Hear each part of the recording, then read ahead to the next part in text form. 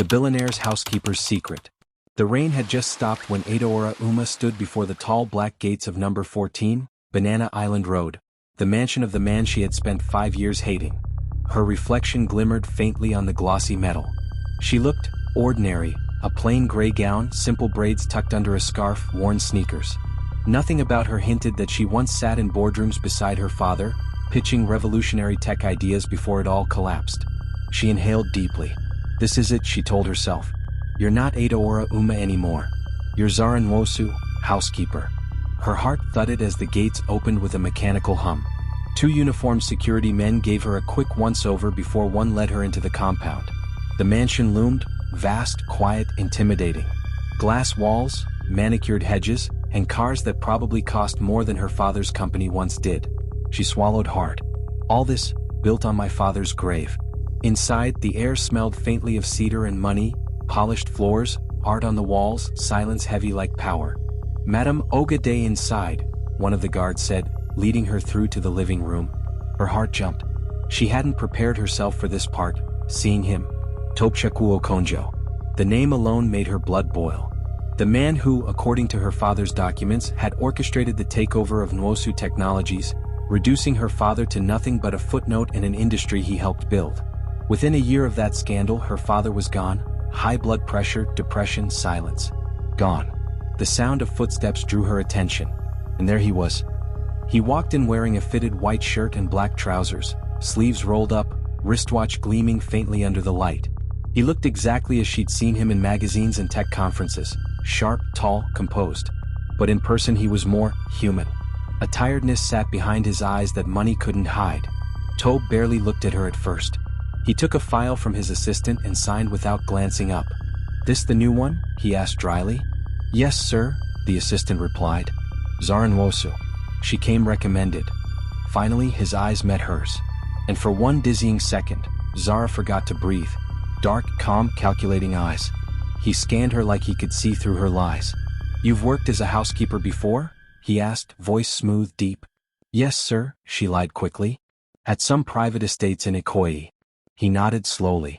"You'll resume immediately. My rules are simple. No noise, no questions, and no mistakes. If you need something, talk to Chuka, my chief of staff.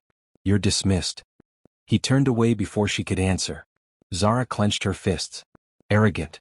Cold. Just like they said. But beneath the anger was something unexpected. Pity. He moved like a man surrounded by everything, yet owned by nothing. By evening, Zara had learned the rhythm of the mansion. Tobe worked late, barely spoke to anyone, ate alone, and spent hours in his glass-walled office upstairs. The staff whispered that he was brilliant but impossible to please. While cleaning the study that night, she noticed a framed photo on his desk. Tobe as a young boy, smiling beside an older man she recognized from the news, Desmond Okonjo, his late father. The man who'd once been hailed as a ruthless business genius. The same man who'd crushed Nwosu Technologies. Zara frowned. So it was the father who started it all. But that didn't clear Tobe. He had continued the empire, hadn't he? He was still benefiting from her father's ruin. She wiped the photo frame with a steady hand. "You'll pay," she whispered. "Even if it takes everything." A voice behind her made her freeze. "You talk to pictures now?" Her heart nearly stopped. Tobe was at the doorway, sleeves rolled, no tie, watching her with quiet amusement. She turned quickly. I'm sorry, sir. I didn't hear you come in." He walked in slowly, his cologne filling the air, rich, sharp, expensive. "You're new, so I'll let that slide. But next time, don't touch what doesn't concern you." "Yes, sir." She lowered her gaze. For a moment he didn't move. Then his tone softened, almost as if he surprised himself by speaking. "You're not afraid of me, are you?" Zara blinked. "Should I be?" A ghost of a smile tugged at his lips. "Most people are." He left before she could reply. Her pulse thudded violently in her chest. That man, he was dangerous. Not because of his money or power, but because he saw too much. Days passed. Zara observed quietly, learning his schedule, studying his habits, noting which doors had security locks. At night, when the house slept, she'd sneak into the study, pretending to dust but really searching for files connected to her father's company. She found nothing yet, but she was patient. Revenge took time. And then something happened she didn't expect. One morning, while cleaning the foyer, she overheard two staff members whispering about one of Tobe's employees whose daughter was sick. Tobe had paid the girl's hospital bills anonymously. No announcement, no social media, just quiet kindness. That didn't fit the monster she imagined. It confused her. Later that night, she saw him alone in the living room, staring at an empty glass. There was no arrogance in his face, just exhaustion. She found herself wondering, what broke you, Tobe Okonjo? Zara lay awake that night in her small room beside the laundry area, replaying the day. She wasn't supposed to feel anything, not curiosity, not sympathy. Only vengeance. But the more she saw him, the less clear her mission became. Her father's last words echoed in her memory, "Never fight hate with hate, my daughter. It changes you first." She turned to the wall, eyes burning. "I won't change," she whispered. "I'll finish what I started." Yet, deep down, something had already begun to shift. Because even the strongest revenge plans can crumble when the heart begins to question the reason behind them. The sound of the morning waves crashing against the Banana Island shore echoed faintly through the open glass doors of the mansion. Zara moved quietly through the living room, wiping down already spotless tables, her reflection gliding across the marble floor. The house had a cold elegance, expensive art, silence, and the faint scent of imported cologne that seemed to linger wherever he walked. Her heart still hadn't steadied since last night. The moment in his study replayed over and over, her hand on the frame, his voice cutting through the air behind her. "You shouldn't be in here." The way his eyes had lingered on her face, curious, searching. She'd bowed, murmured an apology. But inside her chest burned. "You destroyed my father and now you think you can look at me like that?" Zara inhaled deeply, forcing her hand to stop trembling. Revenge needed patience. She couldn't afford mistakes. Not when she had finally stepped into the belly of the lion's den. "Zara?" It was the head housekeeper, Mama Tenny, calling from the hallway. A woman who had worked with the Okonjos for years, loyal, strict, but kind in her own way.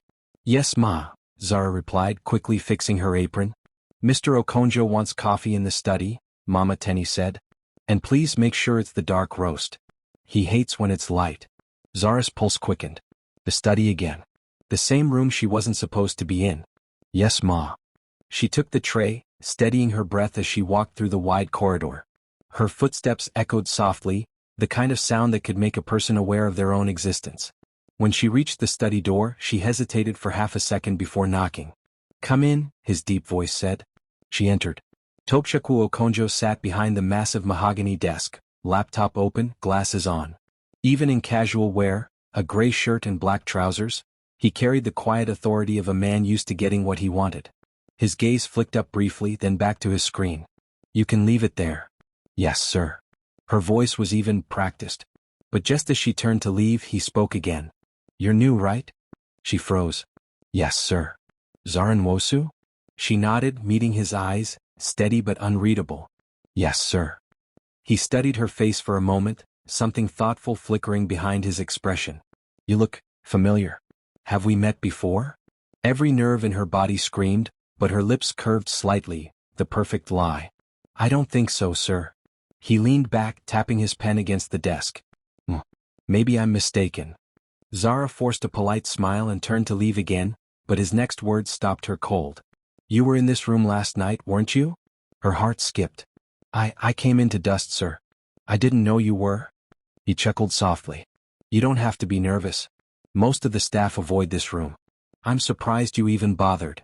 Zara gripped the tray tighter. "Just doing my job, sir." He looked amused. "Good. Keep that attitude. Not everyone here understands responsibility." She nodded and left, exhaling only when the door clicked shut behind her. Her palms were damp. His tone hadn't been harsh, in fact there'd been a hint of warmth. And that made it worse. She wanted to hate him, truly hate him, the way she'd promised herself she would. But seeing him up close, watching the small moments when his face softened, when the exhaustion in his eyes broke through the billionaire armor, it was confusing. That night she sat on her narrow staff bed, replaying every detail. The way he looked at her, curious, maybe even a little drawn. The way her stomach had twisted when he smiled. "No," she whispered to herself, shaking her head. "You can't fall for this. You're here to ruin him." She opened the drawer and pulled out a small, worn photograph. Her father standing in front of the signboard of his old company, Novatech Systems. The smile on his face was proud, alive. Until Tobe Okonjo's company bought them out, stripped their assets, and left her father bankrupt. Within a year his blood pressure took him. Zara blinked back tears, pressing the photo to her chest. I'll make him lose everything, just like you did to us. The next morning she noticed something strange. As she arranged the flowers in the living room, Tobe came down from the staircase, phone in hand, expression tight. But when he saw her he paused. Morning, he said casually. Her heart jumped. Billionaires didn't greet their housekeepers. Not in this city. Good morning, sir, she replied quickly, eyes down. He smirked slightly. You look nervous every time I talk to you. She swallowed. No, sir. Just focused on my work. Focused, he repeated, watching her. I like that. Then he walked away. Zara's hands trembled around the vase. She could feel it now, the dangerous beginning of something she hadn't planned. He was supposed to be her target, not the man making her heart race. And yet, every time he passed by, every time his cologne filled the air, she could feel her revenge slowly twisting into something else. Something warmer, something she didn't want to name. But she reminded herself, he can't know who you really are. Not yet. Because the truth, the secret behind her name, her father's death, and the real reason she was here, would burn everything down once it came out. The mansion was quieter than usual that evening. The other staff had retired early, and the hum of the air conditioner filled the silence like white noise. Zara moved through the hallway, her mop bucket squeaking softly behind her. She didn't mind the late hours, they gave her time to think, to plan. It had been 2 weeks since she started working at the Okonjo mansion, and in that short time she'd memorized every corner of the house. The study, the library, the private lounge where he took phone calls past midnight. She'd also memorized him, his routine, his voice, his rare smile. That was the problem. The more she observed him, the harder it became to see only the villain who destroyed her father. There were moments, small, accidental moments, that made her hesitate. The way he helped the security guard's son with school fees, the way he'd sit in silence for hours in his study, staring at nothing. But revenge didn't care about kindness. Zara paused by the study door. The faint glow of a desk lamp spilled through the crack and she heard him talking on the phone, his voice low, serious. I said no. We don't acquire startups that can't sustain growth for more than a year. I'm not running a charity, Victor. He ended the call with a sigh. Zara's chest tightened. The same cold tone he used with my father's company, I'm sure. She glanced around, then pushed the door open slightly, just enough to see him. He was sitting back, jacket off, sleeves rolled to his elbows. His tie hung loose. He looked tired. Human. She stepped in quietly. Sir? Do you need anything before I close up? He looked up, surprised but not annoyed. You're still here? Yes, sir. Just finishing up. He gestured for her to come in. Sit for a minute. Her heart stumbled. Sit. Sir? I said sit, he repeated, with that calm but commanding voice that made it sound less like an order and more like an inevitability. She hesitated, then sat on the edge of the seat opposite him. He leaned back, studying her for a long moment. You've been here almost 2 weeks, right? Yes, sir. You don't talk much, he said.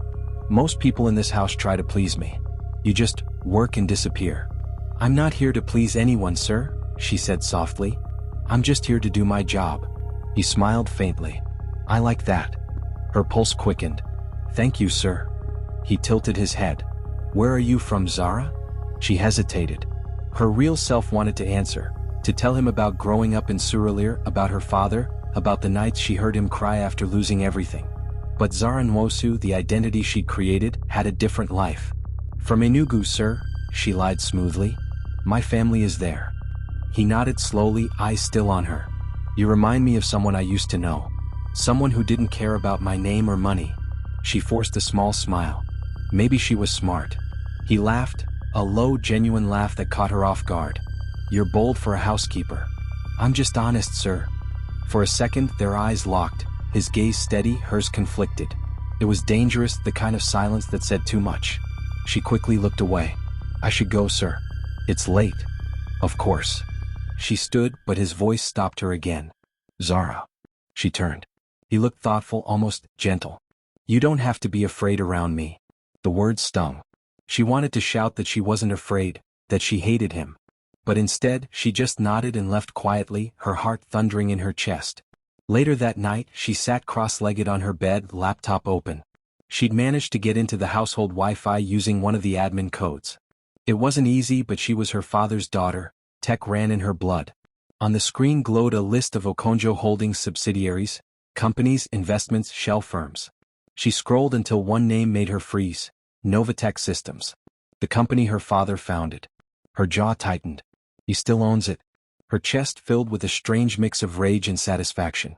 She was closer than ever to destroying him, to exposing whatever dirty move he pulled years ago to take it from her father. But then her phone buzzed. A message from Mama Tenny. Mr. Okonjo asked for you to serve him tea in the lounge before bed. Zara exhaled, slamming the laptop shut. He's testing you, she told herself. Stay calm. When she entered the lounge, he was sitting near the window, city lights glittering behind him. You're working late again? He said, glancing up. So are you, sir. He smiled faintly. I can't seem to sleep these days.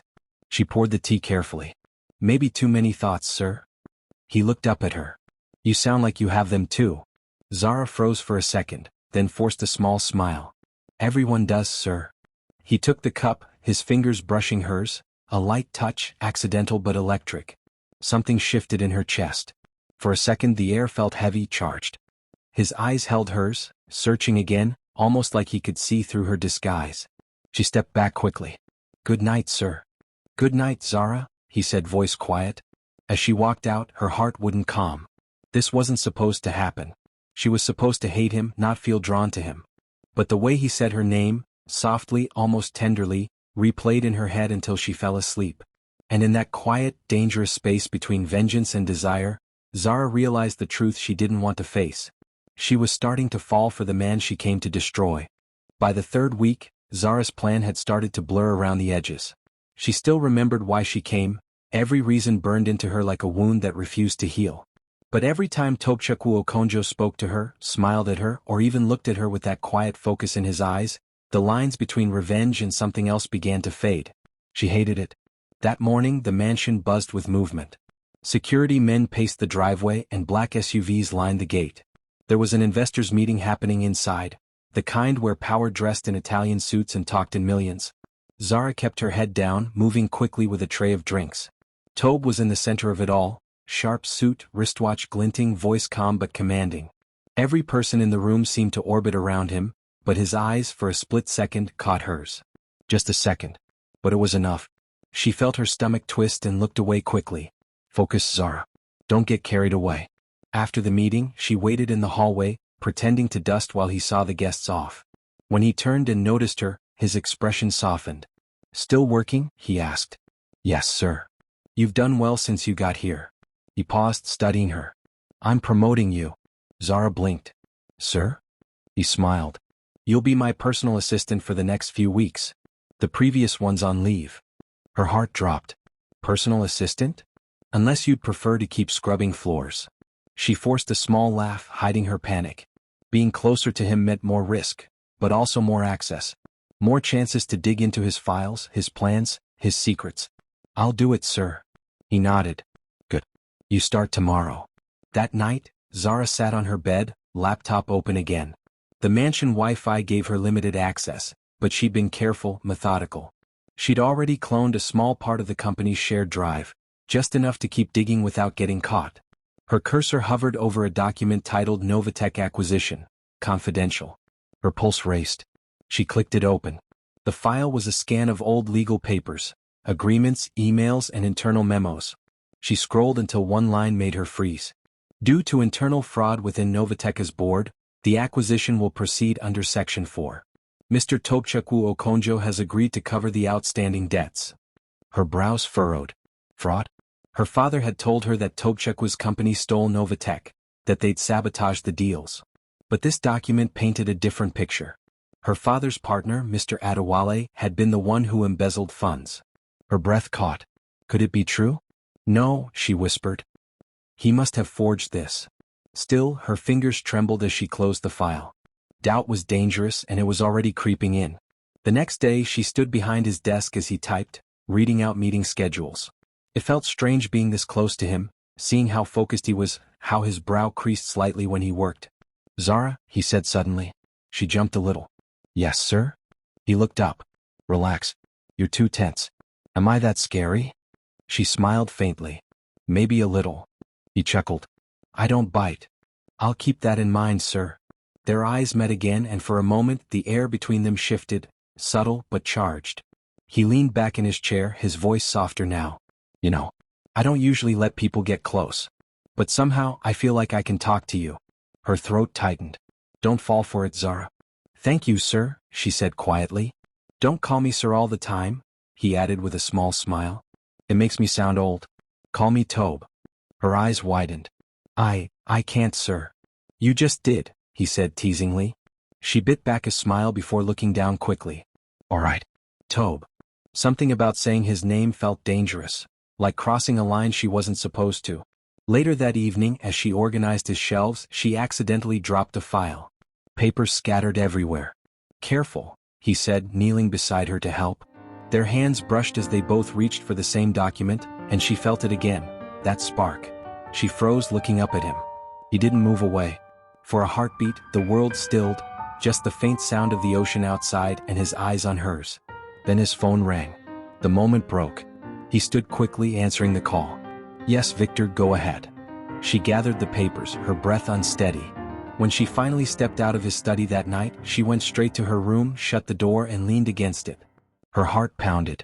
You're losing focus, Zara. She went back to her laptop, opening the file again.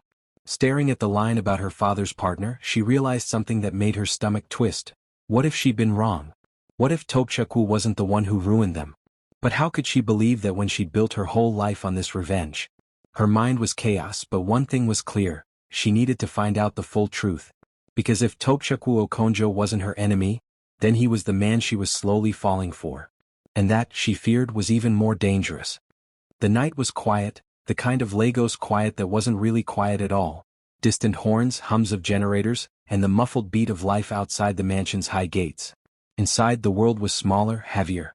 The study's lights glowed warm against the polished wood, and Tobe Okonjo sat behind his desk, jaw tight, eyes fixed on Zara. Sit, he said finally, his voice low, that command tone that always carried authority, even when wrapped in exhaustion. Zara hesitated. Her fingers trembled slightly as she lowered herself into the chair across from him. Her heart thudded so loudly she was certain he could hear it. He leaned forward. You've been acting strange lately. His gaze sharpened. I saw you in the study 2 nights ago, looking through my drawers. I didn't say anything because I wanted to see if you'd tell me yourself. Her stomach turned cold. So he had seen her. She forced a small, polite smile. I was just cleaning. Don't lie. His tone cut clean through her excuse. You're not like the others. You don't gossip with the staff, you don't care about money, and you look at me like I'm not supposed to exist. He paused, eyes narrowing. Who are you really? Her mouth went dry. Every lie she'd carefully built started to shake beneath her. The air between them crackled with tension.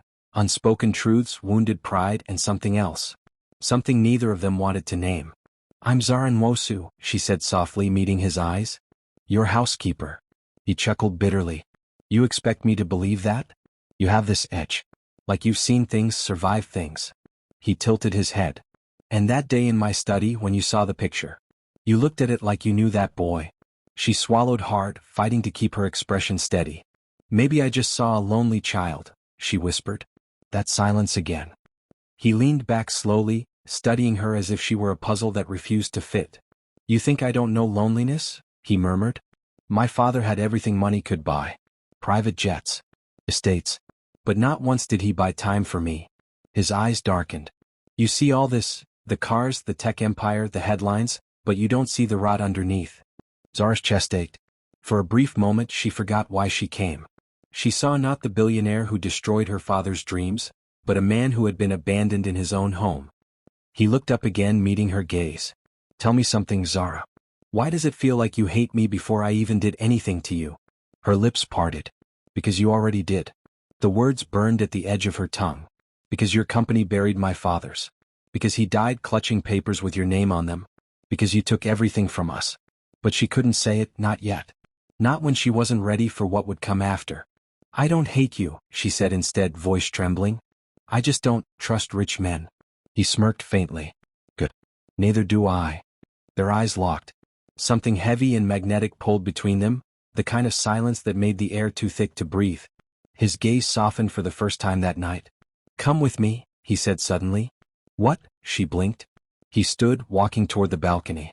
I need air. You need to stop pretending you don't care about anything. He turned slightly, his profile etched against the city lights. Walk with me. She followed, every nerve alert.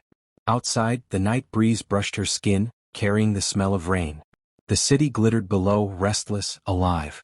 You know, he said quietly, I built my first company at 21. Thought success would make me happy. Thought I'd prove to my mother that leaving wasn't a mistake. His voice faltered for a heartbeat. But no matter what I build, it never feels enough. Zara stared at him. The sincerity in his tone disarmed her completely. Beneath the arrogance, beneath the pride, he was broken. Maybe even more than she was. Tobe, she began, unsure what she was about to say. He turned to her, eyes softer now. You're different, Zara. You see me, not the billionaire, not the headlines. Just me. And it scares the hell out of me. Her heart twisted painfully. He didn't know the truth, and yet he was opening wounds she'd sworn to use against him. If she told him who she really was, Adaora Uma, daughter of the man he destroyed, everything between them would shatter. So she looked away, hiding the tears that threatened to fall. You shouldn't trust me, she whispered. I already do, he replied. And that was the moment she knew she was in trouble. Because for the first time since she walked into that mansion, Zara, no Adaora, didn't know which side she was on anymore.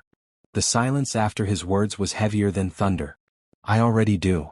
Zara stood frozen on the balcony, the Lagos skyline shimmering below them. Her chest ached, and the weight of everything she'd buried pressed down until it hurt to breathe. He trusted her. The man she came to destroy, trusted her. She looked at him, the wind brushing his shirt against his frame, the city lights catching the faint glimmer of something unguarded in his eyes. And she hated herself for how much she wanted to close the distance, to let him hold her, to believe that trust meant forgiveness. But forgiveness required truth. And truth would destroy everything. Tobe, she whispered, voice barely audible. He turned slightly. Yeah. She wanted to say it, her real name, the reason she was here, the ghost she carried, but her throat locked. The words felt like knives. Instead, she said, Do you ever think some people walk into our lives just to ruin us? He smirked faintly, misreading her tone. Every week. Board meetings, investors, even women who smile a little too sweetly. He looked at her again. But you don't ruin, Zara. You unsettle. She looked away quickly, blinking hard. You don't know me. I'm starting to. Her hands tightened on the railing. If she didn't leave now, she never would. But just then lightning flashed, brief and distant, and the first drops of rain began to fall. Tobe sighed and gestured toward the study. Come on. Let's not get drenched. They went inside, the storm tapping softly against the glass. He poured a drink, something amber and burning, and handed her a glass, though she didn't touch it. He leaned back against the desk. You've been in this house for 3 months, and I still feel like I don't know half of who you are. She stared at the glass in her hand. Maybe you're not supposed to. Maybe I want to. That sentence broke something inside her. Her hands trembled, the glass clinked softly against the table. Tobe, she said slowly, if you found out someone close to you had lied, would you forgive them? He frowned. Depends on why they lied. What if it wasn't just a lie? What if it was a plan? He tilted his head. What kind of plan? Zara's throat tightened. Her vision blurred with tears she didn't want to shed. She couldn't pretend anymore. Not when the man in front of her, the enemy, had become something painfully human. She took a shaky breath. My name isn't Zara Nwosu. His brows furrowed. What? My real name, she whispered, forcing the words out, is Adaora Uma. The silence that followed was deafening. Tobe blinked, confusion shifting quickly into disbelief. Uma? Yes. Her voice broke. Emeka Uma was my father. He froze, the name hitting like a storm. He remembered. Novatech. A small tech company that had collapsed years ago after a failed merger. He'd signed the papers himself. I don't understand, he said, his tone hardening. What does your father's company have to do with me? Zara's eyes glistened. Everything. She stepped closer, tears finally spilling down. You withdrew funding when they needed it most. My father lost everything. His health, his life. You destroyed him, Tobe. You destroyed us. The color drained from his face. I was 25, he said slowly, like trying to convince himself. It was business. The numbers didn't add up. Business? She snapped, her voice raw. He wasn't just numbers on a page. He believed in that dream. In you. He trusted you. Her voice cracked. And when the company went under, he didn't survive it. Tobe's eyes darkened and he ran a hand over his face. Zara, no Adora. Listen to me, I didn't know. You didn't care, she cut in bitterly. You never care. You think money fixes everything, but it destroys too. You built your empire on people like him. He stared at her, speechless. For once, the arrogant billionaire had no defense. Her tears fell harder now. I came here to ruin you, Tobe. To get close enough to understand how a man like you breathes, thinks, destroys, and I was going to make you feel that same pain. Her voice broke. But I couldn't do it. Tobe stepped closer, cautiously. Why? Because somewhere along the line I stopped hating you. She looked up at him, her voice trembling. I started seeing the man behind the name. The boy in that photo, the one who lost his mother, who was just as broken as me. He swallowed, his expression unreadable. So what now? You confess and you leave? You think that makes it right? No, she whispered. It doesn't make it right. But it's the truth. Rain lashed harder against the windows now, matching the rhythm of her heartbeat. Tobe turned away, pacing once before stopping by the desk. His voice was rough when he spoke. You think I haven't made mistakes? You think I haven't lost people because of what this life demands? He turned back to her, eyes glistening. But you lied to me, Adora. You looked me in the eye every day and lied. I know. Her voice broke. And I hate myself for it. For a long moment, neither spoke. The thunder outside swallowed their silence. When he finally moved, it was toward her. Slowly, deliberately. He stopped just a step away, his breath shallow. I could ruin you for this, he said softly. End whatever story you think you have. I know. He looked at her, long, searching, wounded. Then after a moment his tone shifted, quieter, cracked. But I won't. She blinked, startled. Because despite everything I can't. He exhaled shakily. I hate you for lying to me, but I hate myself more for still. He stopped himself, biting the words back. Her tears fell freely now. Please don't say it. Why? Because if you do, I won't be able to leave. The room was thick with the kind of pain that could only exist between two people who had both loved and lost too deeply. Finally, Zara took a step back, steadying her voice. I'll leave by morning. You won't have to see me again. Tobe's expression hardened, but his eyes betrayed him. Is that supposed to make me feel better? No, she whispered. It's supposed to help me survive this. He said nothing. She turned toward the door, suitcase already half-packed in her room. She paused, looking back one last time. Tobe. He didn't turn. For what it's worth, I didn't plan to fall for you. But I did. Her voice was barely a whisper, but it sliced clean through the silence. He closed his eyes, shoulders tight. Then go before I ask you to stay. Zara lingered for one heartbeat longer, memorizing him, the man she came to hate, the one she couldn't stop loving. Then she left. The door closed softly behind her, and the sound of rain swallowed the rest. Tobe stood there, staring at the empty space where she had been, his chest hollow. The storm raged outside, but inside the silence was worse. The kind that comes when love ends but the feeling doesn't. Watch out for part 2. Don't forget to like, share and subscribe.